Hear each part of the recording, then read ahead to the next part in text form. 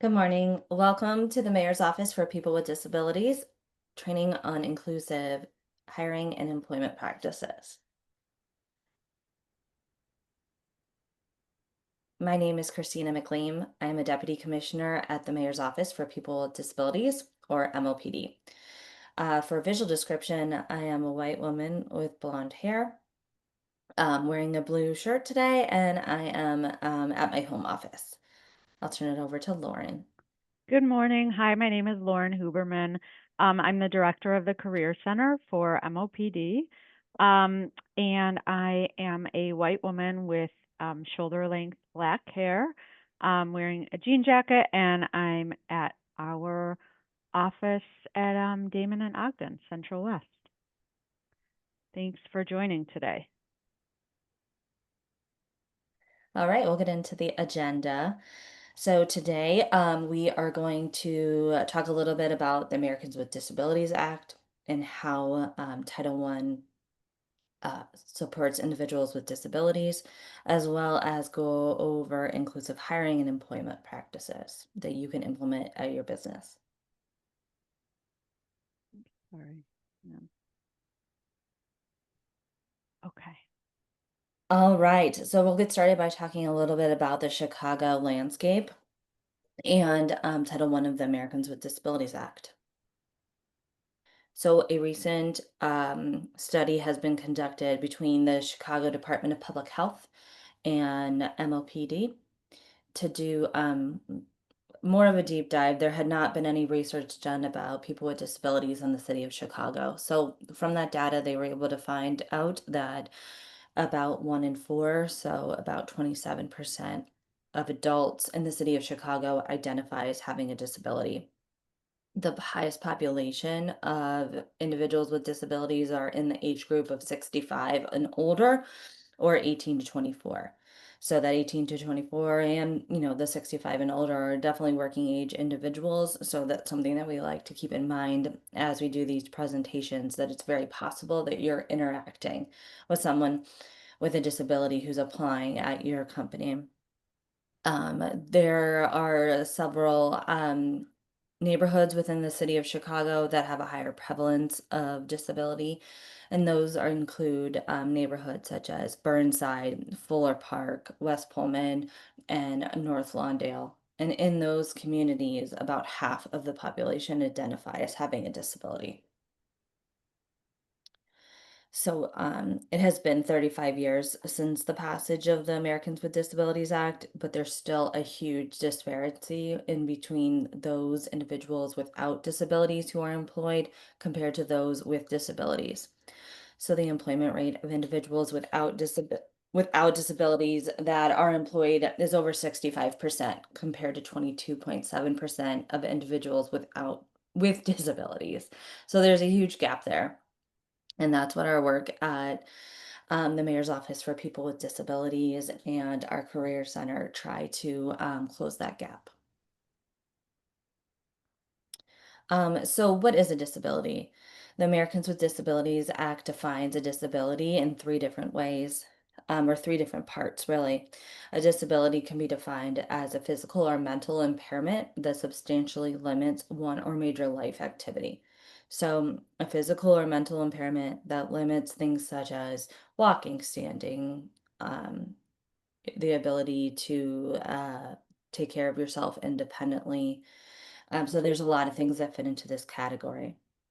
The second part of the definition defines disability as a history or of an impairment. So an example there could be an individual who had cancer but is now in remission. They would still be covered under the Americans with Disabilities Act. Lastly, um, someone being perceived as having a disability is another category of protection under the law. So if you were an individual that had maybe a facial scar, but that did not impact your daily life activities, um, if you were discriminated against, you would be covered under the Americans with Disabilities Act as someone being perceived as having a disability. So, Title I of the Americans with Disabilities Act really covers protection for individuals with disabilities in employment settings. So, as an employer, your responsibility under the ADA is to ensure that individuals with disabilities have the opportunity to really engage in the full process of employment. So the first part of that is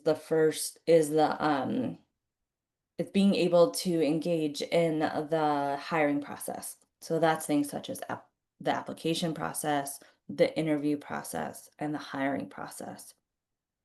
Um, Once you're hired, individuals with disabilities should have the ability to participate in things such as, or have the opportunity for raises, performance reviews, and professional development opportunities. So these are just things that are under protection of the ADA for employees with disabilities. Employers must not discriminate against individuals with disabilities who meet the minimum qualification of a job description and can meet the essential functions of the job with or without a disability. So, if it's someone with a disability is able to perform those functions with a reasonable accommodation, they should still be able to be considered for the job and retain that job. Employers are not responsible for retaining or hiring individuals with disabilities if they cannot perform the essential functions of a job. Um, and it's just important to remember that if a reasonable accommodation is requested, that an employer should do everything it can to fulfill that reasonable accommodation request. And we'll talk a little bit more about that in future slides. I'll turn it over to Lauren. Great. Thanks, Christina. This is Lauren. So we're going to talk a little bit about employer responsibilities and dive into essential functions. So essential functions are the fundamental duties of a job. So it's what, not how.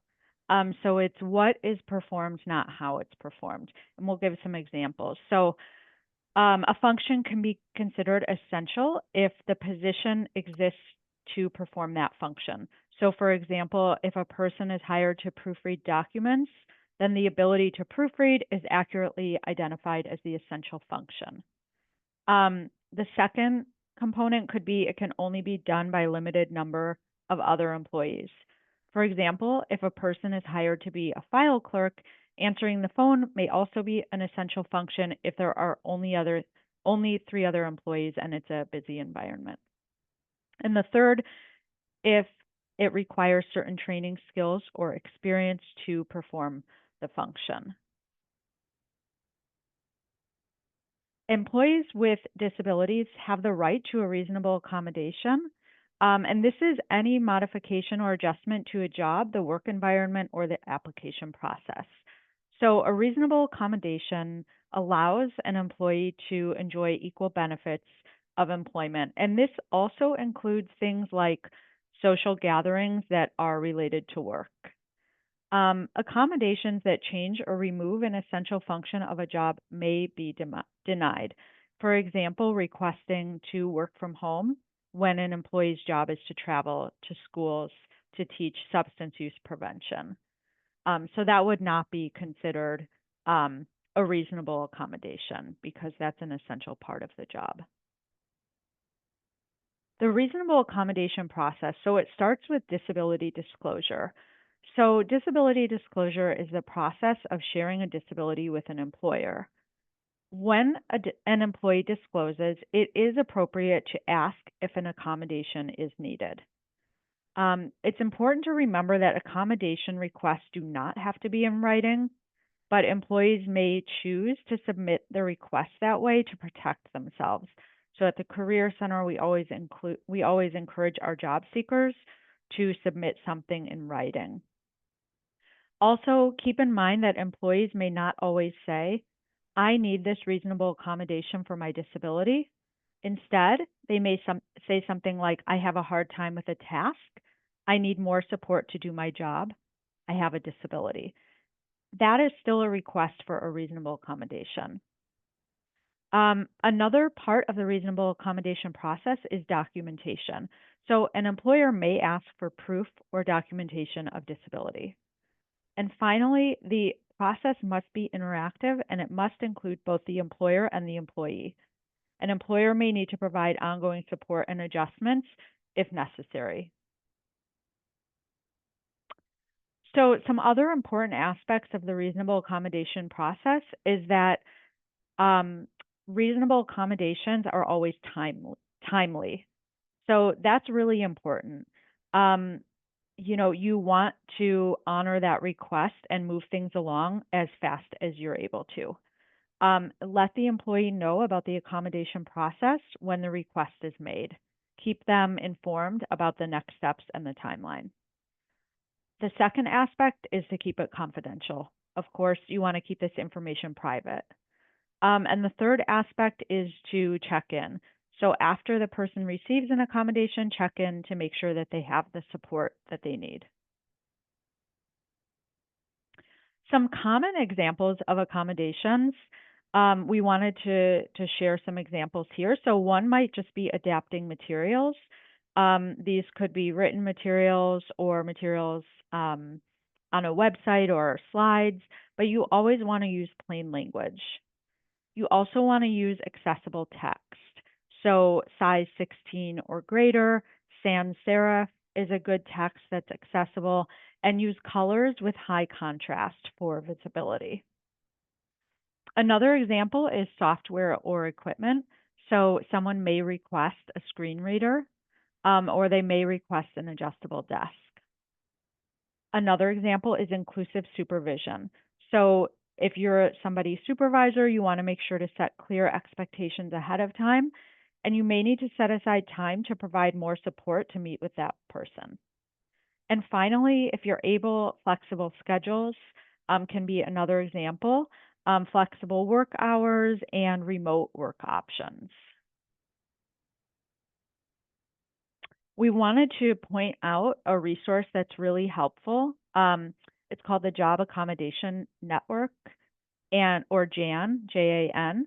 And you can actually go to the JAN website and you can include, you can type in a search for disability type or a task, and it will pull up examples of reasonable accommodations. So this is a website that we encourage both employers and job seekers to use as a resource. So now we're going to talk a little bit about inclusive employment practices. We wanted to break it down into kind of 6 different components when you think about recruitment in employment. So the first is writing job descriptions. The second is the recruitment process itself. The third is scheduling interviews. The fourth is interviewing. The fifth is extending a job offer. And the sixth is onboarding that new employee. We also wanted to go over some common myths and facts. Um, so we'll walk through these together. So the first myth is hiring employees with disabilities increases workers' compensation rates. And the fact is that workers' compensation rates are based solely on the hazards of the operation or the employer's incident history, not based on hiring someone with a disability. Another myth, employees with disabilities have a higher absence rate than employees without. Fact, studies show that employees with disabilities are typically not absent any more than employees without disabilities. Another common myth, providing accommodations to disabled employees is expensive. And the fact is that most or 58% of accommodations cost nothing, while the rest are under $500, and that's typically just a one-time cost. Another myth, every person with a disability needs an accommodation. The fact is that it's really an individual or case-by-case basis. The final myth that we wanted to share is that people with disabilities should work jobs that are easier and don't require much skill. And the fact is that people with disabilities can and do work in a variety of jobs with varying levels of skill. And that's something that we see with our job seekers at the Career Center. Okay, so in terms of writing job descriptions, this is the first part of that employment or recruitment life cycle.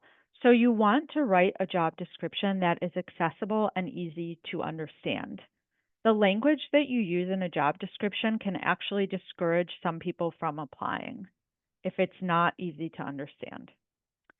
The second point is to specify the essential function of the job, not how to do it. For example, takes notes versus writes notes. Another example is to include information about the physical environments. For example, are there accessible bathrooms? What is the noise level like in the work environment? And are there bright lights? And finally, you want to be specific about the location of the job. For example, if a job is in Arlington Heights, indicate that rather than saying it's in Chicago, because as we all know, public transit is an important factor or can be when accepting a job. Okay, so here we wanted to pull up a sample job description and review it together and think about how we can make it more inclusive. So this is a local barbecue restaurant. It's a local family owned business that provides homestyle barbecue to the Chicagoland area. Um, the description includes we are located outside of Neighborhood Park in a small building that has a basement level supply room and administrative office. Um, Shop associates are responsible for putting together takeout orders, driving orders to clients to deliver within a timely manner, and processing payments. They are also responsible for general shop maintenance, such as cleaning the floors and counters and organizing inventory. So we're going to dive into some more of these of the language in here and think about changes that we can make to make it more inclusive. So starting with the description of where Missy's Barbecue is located, the description can be more specific. So it just says we are located outside of Neighborhood Park in a small building that has a basement level supply room and administrative office. In here, we would tell the employer to indicate if there is elevator access to the basement. That's just one example. Um, in terms of communication, under duties and responsibilities, it says speak with clients to take their orders, write down client orders. We would say, can the person who fills this role communicate using email? What about other communication devices?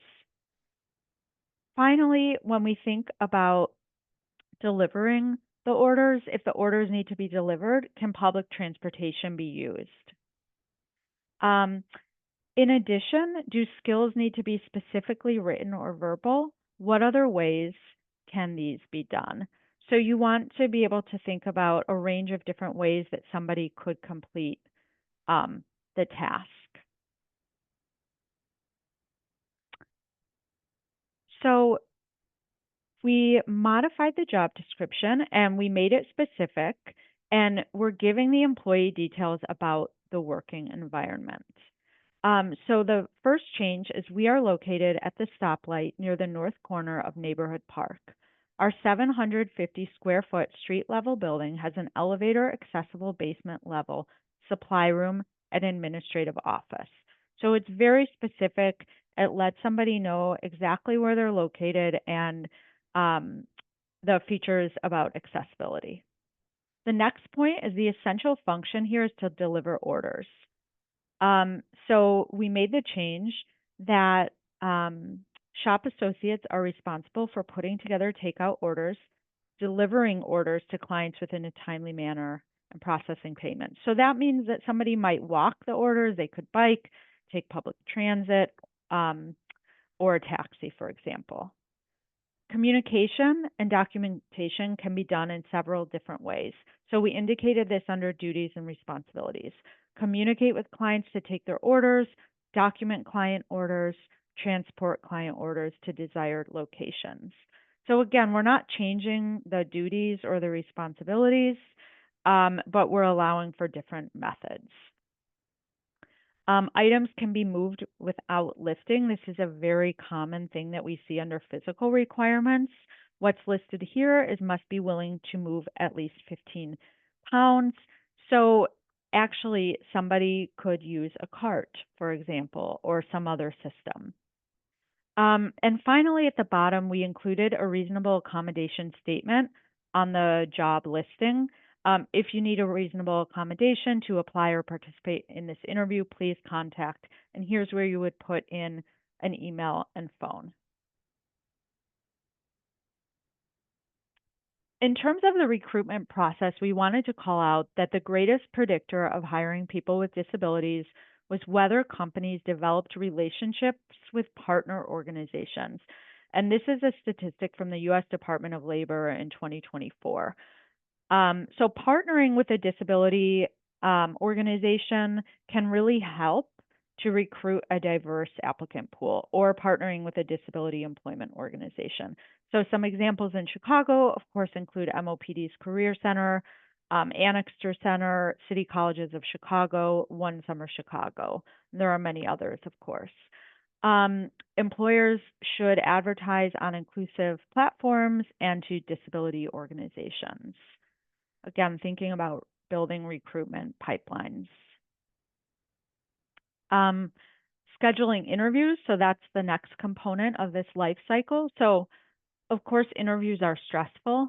And so we wanted to include some strategies to make interviews less stressful. And this really applies to anybody as well as someone with a disability. So these are practices that we think would make anybody more comfortable as well. So the first one is to send details ahead of time. For example, how many interviewers will there be? What are their names and titles? And when can the candidate expect follow-up? Send a map with descriptions of accessible routes. So be mindful of heavy doors, stairs without ramps, elevator access, accessible bathrooms, and the setup of the room. You want it to be accessible. Provide interview questions before the interview. This can be really, really helpful for folks. Another alternative would be to provide the written interview questions during the interview so the candidate can remember the question as they answer. Offer Zoom or phone interviews as an alternative to an in-person interview. And finally, include information about how to request a reasonable accommodation for an interview. Using that same language that you saw before, if you need a reasonable accommodation to apply or participate in this interview, please contact and then fill in the name and email or phone. When you invite someone in to interview, you want to make it accessible for everyone. So some things to consider would be wearing name tags for in-person interviews. Again, making sure that there's space for a person with a wheelchair or a service animal to navigate around tables and chairs. Offer directions on how to turn on closed captions for virtual interviews. Include visual descriptions at the beginning of your virtual interview. And interview at a table that is standard height. So again, thinking about physical accessibility. When you're interviewing neurodivergent candidates, sometimes there are different cues that could be misunderstood as somebody being uninterested in the role or being rude. However, this is a normal part of having a neurodivergent brain. So, for example, some things you may notice might be lack of eye contact, repetitive movements, such as tics, leg shaking, hand flapping, finger flicking, a monotone voice, echoing words and phrases, bringing items to stim or fidget with. So we encourage you to take these traits into consideration when interviewing all candidates. Some people may not disclose their neurodiversity, and others may have a different disability, such as lack of eye contact for individuals who have low vision. I'm going to turn it back over to Christina. Thanks, Lauren. So there are some questions that you can and cannot ask an potential candidate for a interview when you're interviewing them through the hiring process.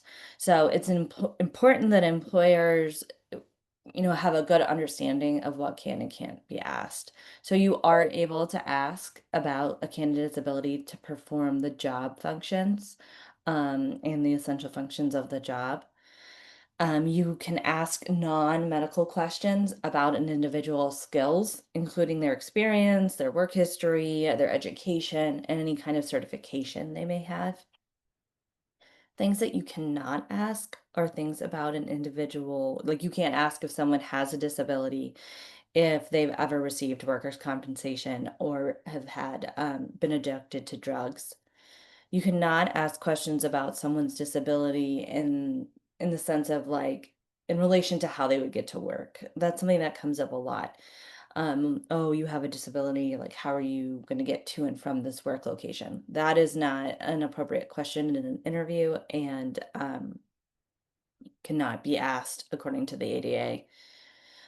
You also cannot ask for any type of medical evaluation before a conditional job offer. So these are just important things to keep in mind.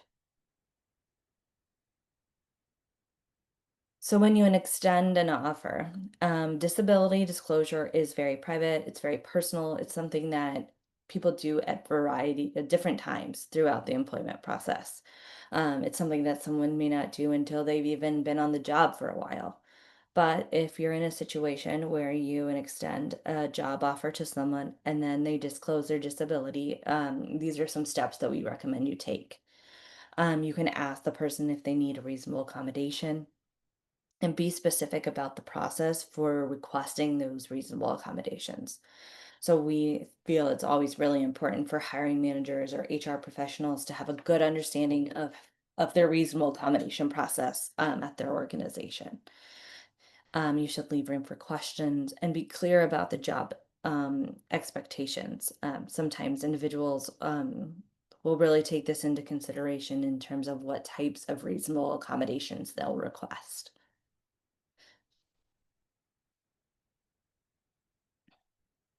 So now we're at onboarding. You've hired an individual, they've disclosed that they have a disability, and regardless if they did or not, these steps we feel like would help anyone, and that's very common within accessibility that it helps everyone. So steps should be very similar to the interview process where you can share a map, maybe give it information about where accessible restrooms, parking, ensure accessible spaces are available. Um, ask existing employees to wear a name tag or maybe have their name somewhere on their desk so it's easier for individuals to learn someone's name and just feel more comfortable in the environment. And just be aware of the different policies and procedures within your organization so you can share that with a new employee.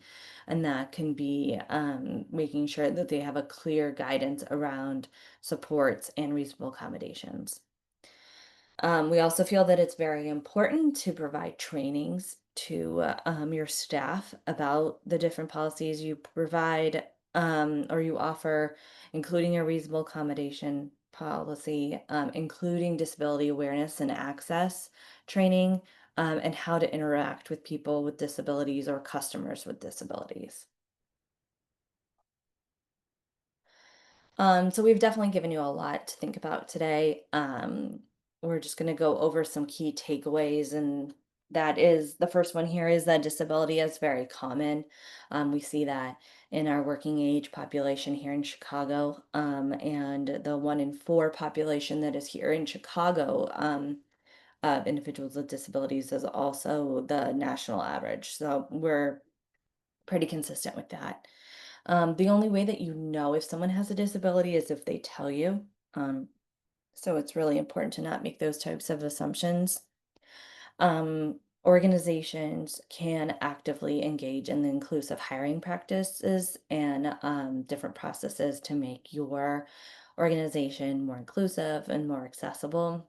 and accessibility helps everyone. So a lot of the information that we shared today is not something that is just specific to people with disabilities. It will go a long way in just building inclusion and making your hiring process and organization more inclusive and accessible to everyone. Our last slide here really has some information about some resources that you can use. Lauren shared information about the Jobs Accommodation Network or Ask Jan. We use the ADA Great Lakes Center very often for resources.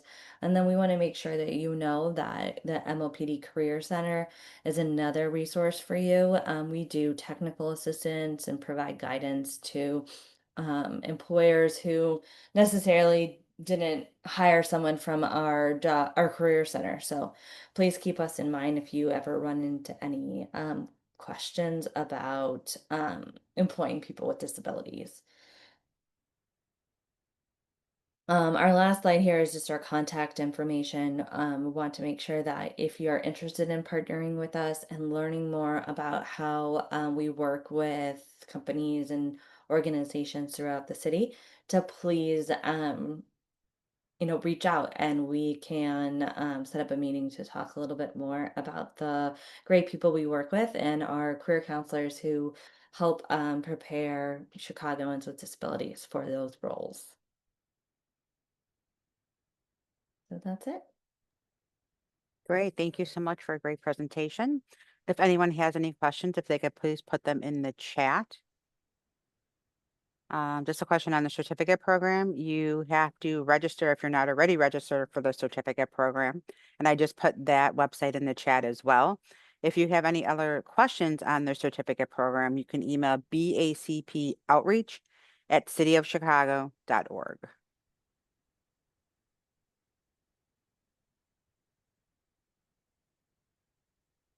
Just looking if there's any questions. Lots of good mornings and good job. Thank you, thank you, thank you for the information. We'll give everyone another minute. Again, this webinar was recorded and will be posted on BACP's YouTube page, which is www.youtube.com/ChicagoBACP. And there's also in the chat a question: how often do you see accommodations not being met after requesting them?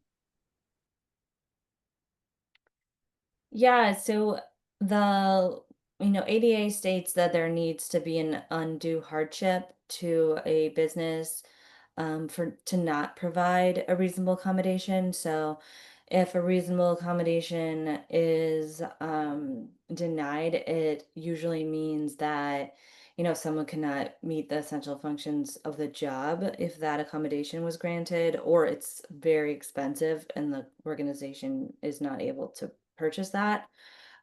So it is very rare, and that those accommodations are not granted.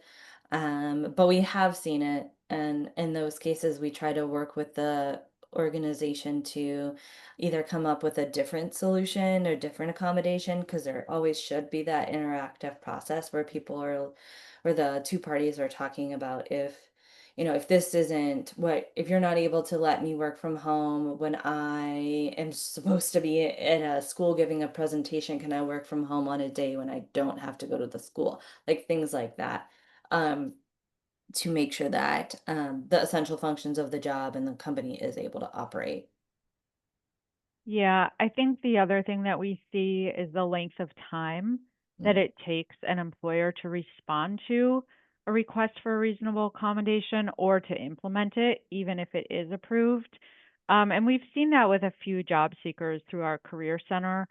So again, just thinking about being timely and also communicative with the person that's requested the reasonable accommodation. Um, so that is something that we see, and it really holds up somebody's ability to start the job or to be successful in the job if they've requested it in a role that they're already in. Great, thank you. Next question. Is there a document or guidelines that summarizes these points on hiring persons with disabilities? Yeah, we do have a one-page document that we can share. We Great. know it's a lot of information. It So, is. Yes, that would be super helpful. And we'll get that out to everyone. What partnerships does MOPD have if they're starting a company with and for people with disabilities? Um, I guess it's what asking how do you partner with MOPD? Oh, okay. I would say you could just reach out to us and talk. I mean, we partner with lots of different organizations and also employers. And like Christina said, sometimes it might be someone wants to talk to us about a very specific situation, or perhaps it's that someone wants their staff to have a disability awareness training, or perhaps it's that they're looking to hire people with disabilities, and then we would refer some of our job seekers through the Career Center. So there's different ways to partner, and I would say to reach out, and you're welcome to email that access@cityofchicago.org email, and someone will route it to one of us. Great. Next question. My daughter has Asperger and she can't get past the initial interview. Does your department do mock interview? Yes, definitely. Through the Career Center, we would be happy to help and to do a practice interview, and that's something that we do with a lot of our job seekers. Wonderful. Can left-handedness be a disability or left-handed in combination with neurodivergent? sure, I would think that if it limits a function, and especially if, it's combined with being neurodivergent. Yeah. I mean, and you could definitely reach out to us about, more information or how that impacts someone, but or even how it impacts someone in a specific job. Hmm. Great. Do people with disabilities qualify for workforce development credit? Yeah, I mean, there is a program through the state, the Ticket to Work program, that helps, that probably could provide more information about that. Lauren, do you know more about that? No, I mean, I know that there are different application processes or different priorities through some employers to hire somebody with a disability. There are federal requirements to hire certain percentages of people, and that can include people with disabilities. But in terms of workforce development credits, I'm not totally sure, and it might vary by the employer or the program. Okay, great. It says, is this related to business owners as well? Disability to accommodate their clients. Um, Like their customers? Yeah, I mean, I think that there are different titles of the Americans with Disabilities Act. So Title II is within local government, making sure that local government spaces are accessible. But then Title III is public accommodations, and that includes businesses, organizations, and restaurants, ensuring that like those services are accessible to the public. Perfect, thank you. If someone receives SSI payments, are they only allowed to work part-time? Or is there a certain number of hours they're allowed to work without losing their benefit? Yeah, and that's a service that we offer at our career center. We have a benefits counselor who works closely with job seekers who want to work but are receiving benefits. So she tells them about how many hours they can work if they're interested in keeping their benefits, as well as what to do if they end up making more money than they would on benefits, and how to report that. So her name is Jocelyn Rose Romasanta, and she, if you reach out to the access email on that slide, we can connect you with her. Wonderful. How can an employer best communicate to persons with disability that the employer doesn't associate with SSI income dedication when hired? um, Can an employer best communicate? I would maybe give them our contact information, so they could talk to, our benefits counselor. If I'm understanding the question, correctly, an employer would have nothing, to do with someone's SSI or SSDI income. Mm-hmm. Yeah, it would be up to the individual to figure out how many hours they can work and how to report their income and all of that. Yeah, I mean, it may impact, of course, how much that person wants to work, Mm-hmm. but that should be the only kind of communication about that. Mm-hmm. Great. Can people with disabilities apply to work with a work permit?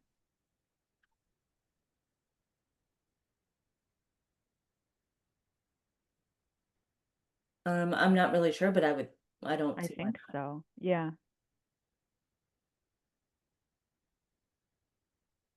Just looking at other questions.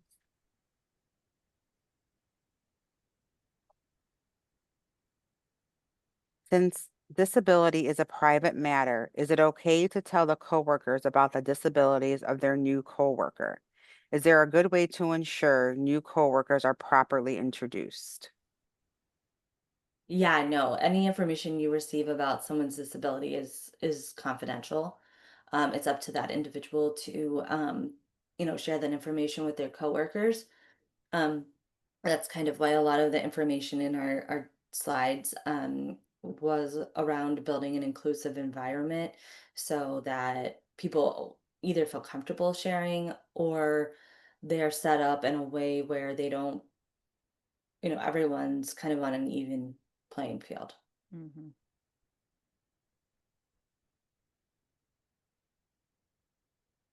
And I mean, that's another thing we do. So if you have any questions about how to do that at your specific business, we're happy to talk to you about that.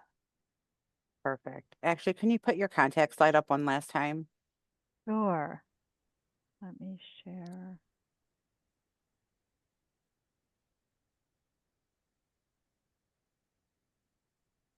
And then I can put it in the chat, our access.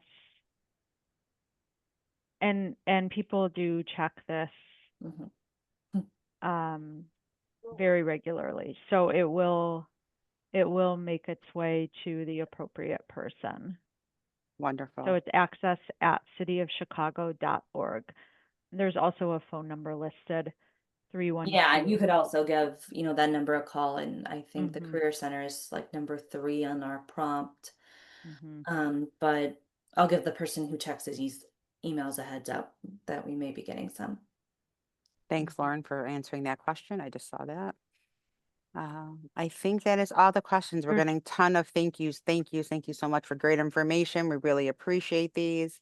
there's Um, one other question. It says where would be appropriate to complain if a person with oh, that was the disabilities one I thought you answered. harass. I apologize.